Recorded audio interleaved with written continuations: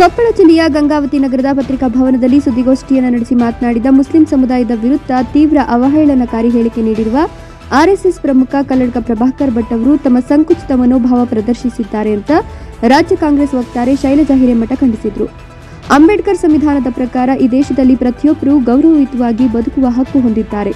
Walk ಸ್ವಾತಂತ್ರ್ಯ ಮಿತಿ ಮೀರಬಾರದು. ಎಲ್ಲ ಸಮುದಾಯದ ಹೆಣ್ಣುಮಕ್ಕಳಿಗೂ ಗೌರವ ನೀಡಬೇಕು. ಸನಾತನ ಧರ್ಮದ ಪ್ರತಿಪಾದಕರಂತೆ ವರ್ತಿಸುವ ಭಟ್ ಅವರು ಯತ್ರ ನಾರೆಂತೂ ಪೂಜಿತ ಎನ್ನುವ ವಾಣಿ ಮರೆತಿದ್ದಂತಿದೆ.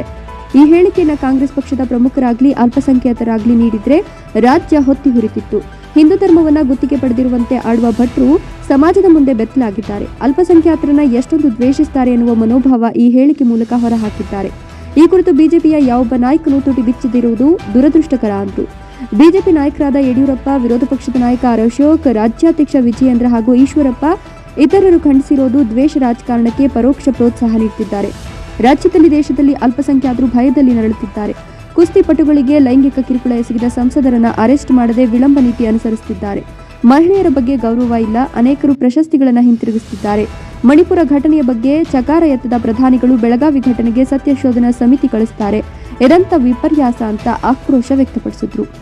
Sharanappa, NKS TV4 Gangavathi.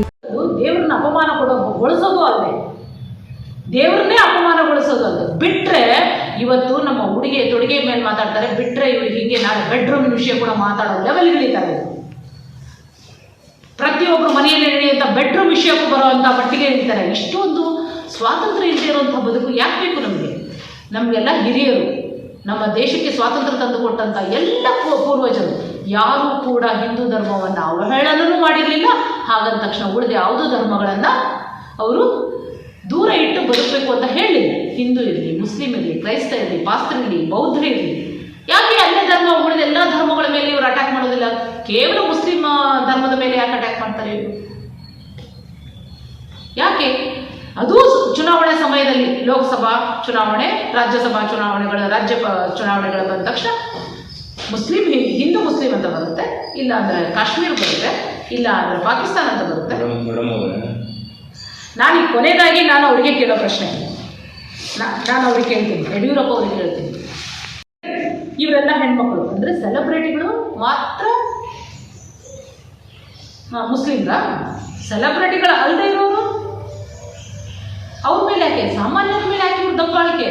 ಎಲ್ಲೋ ಒಬ್ಬ ಕಲ್ಲಂಗಡಿ ಮಾರಾಟ ಮಾಡಬೇಡ್ರಿ, ನೀವು ದೇವಸ್ಥಾನದ ಹೊರಗಡೆ ಪ್ರಾಂಗಣದಲ್ಲಿ ನೀವು ವ್ಯವಹಾರ ಮಾಡಬೇಡಿ, ನೀವು ಅದನ್ನು ಮಾಡಬೇಡಿ, ಇದನ್ನು ಮಾಡಬೇಡಿ ಅಂತಂದು ಹೇಳಿ ಎಲ್ಲ ಸಮಾಜದ ಮೇಲೆ ಒಂದು ದಬ್ಬಾಳಿಕೆಯನ್ನು ನಡೆಸ್ತಾ ಇರೋರಿಗೆ ನಾನು ಕೇಳ್ತೀನಿ.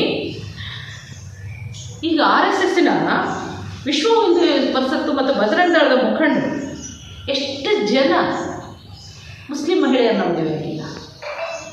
ಅದ್ರ ಬಗ್ಗೆ ಯಾಕೆ ಭಟ್ರು ಒಂದು ಮಾತಾಡೋದಿಲ್ಲ?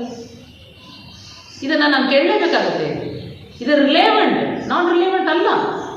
ಯಾಕೆ ಇದು ರಿಲೇವೆಂಟ್ ಅಂತಿದೆ ಅಂದರೆ, ಒಂದು ಸಮಾಜನ ನಿರಂತರವಾಗಿ ತುಷ್ಟೀಕರಣ ಮಾಡೋದು, ತಮ್ಮದೇ ನಾಯಕರ ಮನೆಯಲ್ಲಿ ದೊಡ್ಡ ದೊಡ್ಡ ಲೆವೆಲಲ್ಲಿ ಆದರೆ ಅದು ಲವ್ ಜಿಹಾದ್ ಅಲ್ಲ. ಸಾಮಾನ್ಯರಲ್ಲಿ, ಕೆಳವರ್ಗದಲ್ಲಿ, ಬಡವರಲ್ಲಿ ಅಂತರ್ಧರ್ಮೀಯ ಮದುವೆ ಆದರೆ ಇದು ಲವ್ ಜಿಹಾದ್. ಮುಸ್ಲಿಮರು ಈ ದೇಶಕ್ಕೆ ಒಂದು ಮಾರಕ. ಯಾಕೆ ಅವ್ರಿಗಿಲ್ವಾ? ಅವ್ರದೇ RSSನ ಕೆಲವೊಂದು ಹೆಸರನ್ನ ಕೋಟ್ ಮಾಡ್ತಾ ಇದ್ದೀನಿ. ವಿಶ್ವ ಹಿಂದೂ ಪರಿಷತ್ ಬಜರಂಗ ದಳ ಮುಖ್ಯಶ್ರೇಷ್ಠ ಅಶೋಕ್ ಸಿಂಘಾಲ್, ವಿಶ್ವ ಹಿಂದೂ ಪರಿಷತ್ನ ಅಧ್ಯಕ್ಷ ಮಗಳು ಸೀಮಾ, ಮುಕ್ತಾರ್ ಅಬ್ಬಾಸ್ ನಖ್ವಿ ಅನ್ನೋರನ್ನ ಮದುವೆ ಆಗಿದ್ದಾರೆ. ಇದ್ರ ಬಗ್ಗೆ ಯಾಕೆ ಮಾತಾಡಲ್ಲ ಭಟ್ರು? ಮಾತಾಡಬೇಕಲ್ಲ. ಯಾಕಂದರೆ ಅವರು ಕಂಪ್ಲೀಟಾಗಿ ನಿರಾಕರಣೆ ಮಾಡ್ತಾ ಇರುವಾಗ ಈ ವಿಷಯದ ಬಗ್ಗೆನೂ ಮಾತಾಡಬೇಕು. ಇವ್ರು ಯಾಕೆ? ಮುರಳಿ ಮನೋಹರ್ ಜೋಶಿ ಅವರ ಮಗಳು ರೇಣು ಶಹನಾಜ್ ಹುಸೇನ್ ಅನ್ನೋರನ್ನ ಮದುವೆ ಮಾಡ್ಕೊಂಡಿದ್ದಾರೆ. ಲಾಲ್ ಕೃಷ್ಣ ಅಡ್ವಾಣಿ ಅವರ ಮಗಳು ರೋಷನ್, ಎರಡನೇ ಗಂಡ ಸಲೀಂ, ಆಮೇಲೆ ಸುಬ್ರಹ್ಮಣ್ಯ ಸ್ವಾಮಿಯವರ ಪ್ರಸ್ತುತ ಸಂಸದ ಅವ್ರ ಮಗಳು ಯಾರು? ಸುಹಾಸಿನಿ. ನದೀಮ್ ಹೈದರ್ ಅವ್ರನ್ನ ಮದುವೆ ಮಾಡ್ಕೊಂಡಿದ್ದಾರೆ. ಪ್ರವೀಣ್ ತೊಗಾಡಿಯಾ, ಮಾಜಿ ವಿಶ್ವ ಹಿಂದೂ ಪರಿಷತ್ ಅಧ್ಯಕ್ಷನ ಮಗಳು ಅಸ್ವಾಕ್ ಮೀರ್ ಅನ್ನೋರನ್ನ ಮದುವೆ ಮಾಡ್ಕೊಂಡಿದ್ದಾರೆ. ಮೋಹನ್ ಭಾಗವತ್ ಸೋದರ ಸಂಬಂಧಿ ಊರ್ಮಿಳಾ ಮಾತೋಡ್ಕರ್, ಮೊಹಸಿನ್ ಅಖ್ತರ್ ಅವ್ರ ಮದುವೆ ಮಾಡ್ಕೊಂಡಿದ್ದಾರೆ. ಅಂದರೆ ಇವರಿಗೆ ಅತ್ಯಂತ ಉನ್ನತ ಮಟ್ಟದಲ್ಲಿ ಈ ಥರದ ಒಂದು ಮದುವೆಗಳಾದರೆ ಇವರಿಗೆ ಲವ್ ಜಿಹಾದ್ ಅಲ್ಲ. ಸಾಮಾನ್ಯರು ಮಧ್ಯಮ ವರ್ಗದವರು, ಕೆಳ ಮಧ್ಯಮ ವರ್ಗದವರು, ಬಡವರಲ್ಲಿ ಮಾತ್ರ ಇವರಿಗೆ ಲವ್ ಜಿಹಾದ್ ಅನ್ನೋ ಪ್ರಶ್ನೆ ಎತ್ಕೊಂಡು ಜನಗಳನ್ನು ಮೂರ್ಖರನ್ನಾಗಿ ಮಾಡೋದನ್ನು ಯಾರೂ ಒಪ್ಕೊಳ್ಳಲ್ಲ. ಯಾಕೆ ಈ ದೇಶದಲ್ಲಿ ನಾನು ಕೇಳ್ತಾ ಇದ್ದೀನಿ, 140 ಕೋಟಿ ಜನಸಂಖ್ಯೆಯಲ್ಲಿ 20,80,00,000 ಮುಸ್ಲಿಂ ಜನಸಂಖ್ಯೆ ಇದೆ.